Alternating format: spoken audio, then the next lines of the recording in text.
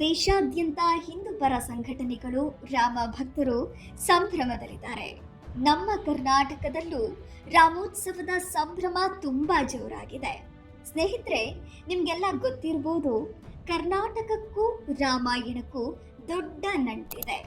ಇನ್ನೂ ಹೇಳಬೇಕು ಅಂದ್ರೆ ರಾಮಾಯಣದ ಮುಖ್ಯ ಪಾತ್ರಗಳು ನಮ್ಮ ಕರ್ನಾಟಕದವರು. ರಾಮಾಯಣದ ಪ್ರಮುಖ ಘಟನೆಗಳು ನಮ್ಮ ಕರ್ನಾಟಕದಲ್ಲಿ ಆಗಿವೆ. ಪ್ರಮುಖ ವ್ಯಕ್ತಿಗಳು ಕರ್ನಾಟಕದವರು ಅಂತ ರಾಮಾಯಣ ಹೇಳುತ್ತೆ. ಆ ಕುರಿತ ಮಾಹಿತಿಯನ್ನ ಈ ವರದಿಯಲ್ಲಿ ಕೊಡ್ತೀವಿ. ಕಡೆ ತನಕ ಮಿಸ್ ಮಾಡದೆ ನೋಡಿ. ಹನುಮರ ಜನ್ಮಸ್ಥಳ. ಸ್ನೇಹಿತರೆ, ರಾಮಾಯಣದಲ್ಲಿ ರಾಮ, ರಾವಣ, ಸೀತೆಯ ಜೊತೆಗೆ ಹನುಮರದು ಕೂಡ ತುಂಬಾ ದೊಡ್ಡ ಸ್ಥಾನ. ಇವತ್ತಿಗೂ ಜಗತ್ತಿನಾದ್ಯಂತ ಹನುಮರನ್ನ ಪೂಜೆ ಮಾಡೋ ಕೋಟ್ಯಾಂತರ ಜನರಿದ್ದಾರೆ. ಶಕ್ತಿ ದೇವತೆಯಾಗಿ ಹನುಮರನ್ನ ಆರಾಧಿಸಲಾಗುತ್ತೆ. ಇಂಥ ಹನುಮರು ಹುಟ್ಟಿದ್ದು ನಮ್ಮ ಕರ್ನಾಟಕದ ಅಂಜನಾದ್ರಿಯಲ್ಲಿ ಅನ್ನೋದು ಹಿಂದೂಗಳ ನಂಬಿಕೆ. ಆಂಧ್ರ, ಹರಿಯಾಣ, ಗುಜರಾತ್ ಸೇರಿ ಅನೇಕ ಸ್ಥಳಗಳನ್ನ ಹನುಮ ಜನ್ಮಸ್ಥಾನ ಅಂತ ಹೇಳ್ತಾರೆ. ಆದರೆ ಖುದ್ದು ಪ್ರಧಾನಿ ನರೇಂದ್ರ ಮೋದಿ ಕೂಡ ಅಂಜನಾದ್ರಿ ಹನುಮರ ಜನ್ಮಸ್ಥಾನ ಅಂತ ಹೇಳಿದ್ರು.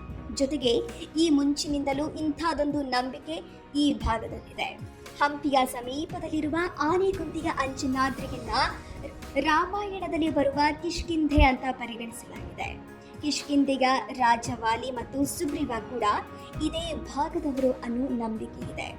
ರಾಮರು ಇಲ್ಲೇ ಇವರಿಬ್ಬರನ್ನು ಸಂದರ್ಶನ ಮಾಡಿದ್ರು ಅಂತ ಹೇಳ್ತಾರೆ. ಶಬರಿ ಆಶ್ರಮ. ಇನ್ನು ರಾಮಾಯಣದಲ್ಲಿ ಬರುವ ಪ್ರಮುಖ ವ್ಯಕ್ತಿಗಳಲ್ಲಿ ಶಬರಿ ಕೂಡ ಒಬ್ರು. ರಾಮರ ಪರಮ ಭಕ್ತಿಯಾದ ಶಬರಿ ರಾಮರ ದರ್ಶನಕ್ಕಾಗಿ ಸಾಕಷ್ಟು ವರ್ಷಗಳ ಕಾದು ಕೂತಿದ್ರು ಅಂತ ಪುರಾಣ ಹೇಳುತ್ತೆ. ಈ ರೀತಿ ಕಾದು ಕೂತಿದ್ದ ಜಾಗವನ್ನ ರಾಮಾಯಣದಲ್ಲಿ ಮತಂಗಾಶ್ರಮ ಅಂತ ಕರೆಯಲಾಗಿದೆ. ಇದು ಇರೋದು ಈಗ ನಮ್ಮ ಬೆಳಗಾವಿ ಜಿಲ್ಲೆಯ ರಾಮದುರ್ಗದಲ್ಲಿ. ರಾಮದುರ್ಗ ತಾಲೂಕಿನಲ್ಲಿ ಬರುವ ಶಬರಿ ಕೊಳದಲ್ಲೇ ರಾಮರು ಶಬರಿಗೆ ದರ್ಶನ ಕೊಟ್ರು ಅನ್ನೋ ನಂಬಿಕೆ ಇದೆ. ಸೀತೆಯನ್ನ ಹುಡುಕ್ತಾ ಬಂದ ರಾಮರಿಗೆ ಶಬರಿ ಆತಿಥ್ಯ ಕೊಟ್ರು ಅಂತ ಹೇಳ್ತಾರೆ. ಇನ್ನು ಶಬರಿ ರಾಮರ ತೊಡೆ ಮೇಲೆ ಪ್ರಾಣ ಬಿಡಬೇಕು ಅಂತ ಆಸೆ ಪಡ್ತಾರೆ. ಆಗ ರಾಮರು ನೀರಿಗಾಗಿ ಹುಡುಕಾಟ ಮಾಡಿದ್ರು. ಆಗ ನೀರು ಸಿಗ್ಲಿಲ್ಲ ಅಂತ ಬಾಣ ಬಿಟ್ಟು ನೆಲದಿಂದ ನೀರು ತರಿಸಿದ್ರು ಅಂತ ಹೇಳ್ತಾರೆ. ಅಲ್ಲಿ ಈಗಲೂ ಆ ರೀತಿಯ ನೀರಿನ ಬುಗ್ಗೆ ಕಾಣಸಿಗುತ್ತೆ. ಮೃಗವಧೆ ಮಲ್ಲಿಕಾರ್ಜುನ ಸ್ವಾಮಿ ದೇವಸ್ಥಾನ.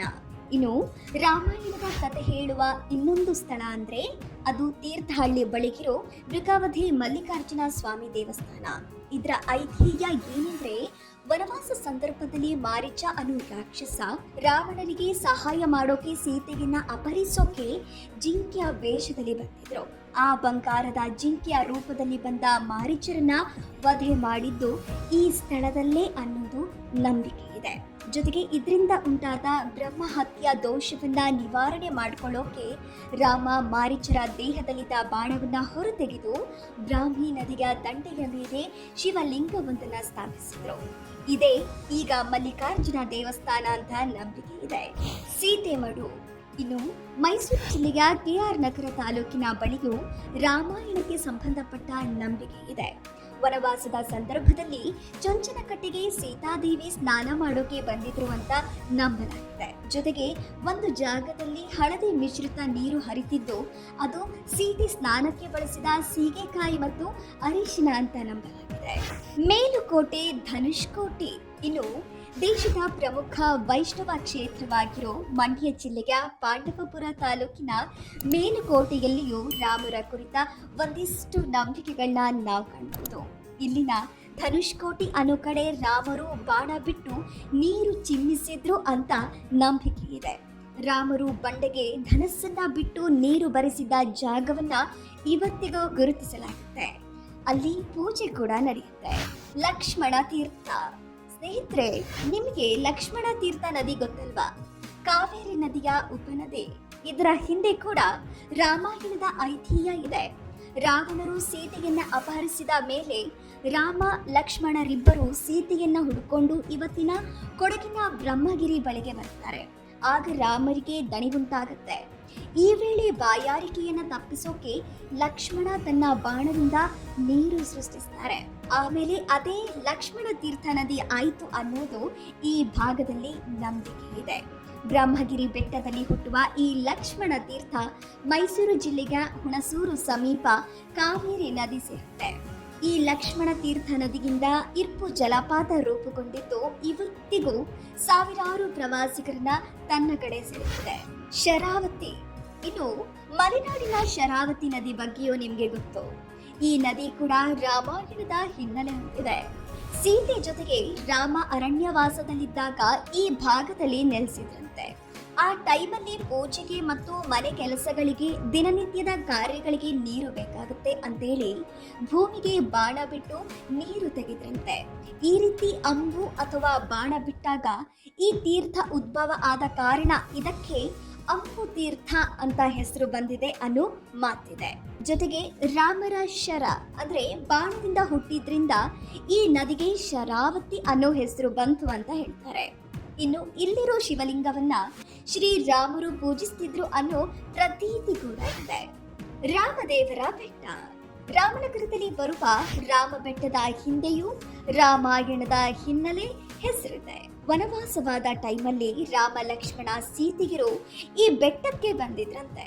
ಈ ವೇಳೆ ಇದೇ ರಾಮನಗರ ಭಾಗದಲ್ಲಿ ಕಾಕಾಸುರ ಅನ್ನೋ ರಾಕ್ಷಸನಿದ್ದ. ಈ ಕಾಕಾಸುರ ರಾಮನಗರದ ಕಾಡು ಬಂಡೆಗಳಲ್ಲಿ ಆರ್ಭಟಿಸ್ತಿದ್ದ. ರಾಮ ಆ ಕಾಕಾಸುರನ ಒಂದು ಕಣ್ಣಿಗೆ ಬಾಣ ಬಿಟ್ಟು ಕಣ್ಣು ಕಿತ್ತಾಕಿದ್ರು ಅಂತ ನಂಬಿಕೆಗಳು ಹೇಳ್ತವೆ. ನಾಮಚಿಲುಮೆ. ಇನ್ನು ತುಮಕೂರು ಜಿಲ್ಲೆಯ ದೇವರಾಯನ ದುರ್ಗಕ್ಕೂ ರಾಮಾಯಣಕ್ಕೂ ಕೂಡ ನಂಟಿದೆ ಅಂತ ಹೇಳ್ತಾರೆ. ಸೀತೆಯರನ್ನ ಹುಡುಕೊಂಡು ರಾಮರು ಲಂಕೆಗೆ ಹೋಗುವಾಗ ಈ ದೇವರಾಯನ ದುರ್ಗದ ಹತ್ರಕ್ಕೆ ಬರ್ತಾರೆ. ಆಗ ರಾಮರಿಗೆ ತಿಲಕ ಇಡೋ ಸಂದರ್ಭ ಬರುತ್ತೆ. ಆ ಟೈಮಲ್ಲಿ ಅಕ್ಕಪಕ್ಕದಲ್ಲಿ ನೀರು ಇಲ್ಲ ಅಂತ ರಾಮರು ಬಾಣ ಬಿಟ್ಟು ನೀರು ಸೃಷ್ಟಿಸಿದ್ರು ಅಂತ ಹೇಳ್ತಾರೆ. ಜೊತೆಗೆ ಆ ರೀತಿ ನೀರು ಚಿಮ್ಮಿಸಿದ ಜಾಗಕ್ಕೆ ನಾಮ ಚಿಲುಮೆ ಅಂತ ಕರೆಯಲಾಗಿದೆ. ಆಮೇಲೆ ಅದೇ ನೀರನ್ನ ತಗೊಂಡು ಹಣೆಗೆ ತಿಲಕ ಹಾಕೊಂಡ್ರು ಅಂತ ಹೇಳ್ತಾರೆ. ಸ್ನೇಹಿತರೆ, ಇದು ಮಾತ್ರ ಅಲ್ಲ, ಕರ್ನಾಟಕದ ಅನೇಕ ಹಳ್ಳಿಗಳಲ್ಲಿ ಸಾಕಷ್ಟು ಕಡೆಗಳಲ್ಲಿ ರಾಮರು ಬಂದಿದ್ರು, ನಡೆದಾಡಿದ್ರು ಅಂತ ನಂಬಿಕೆ.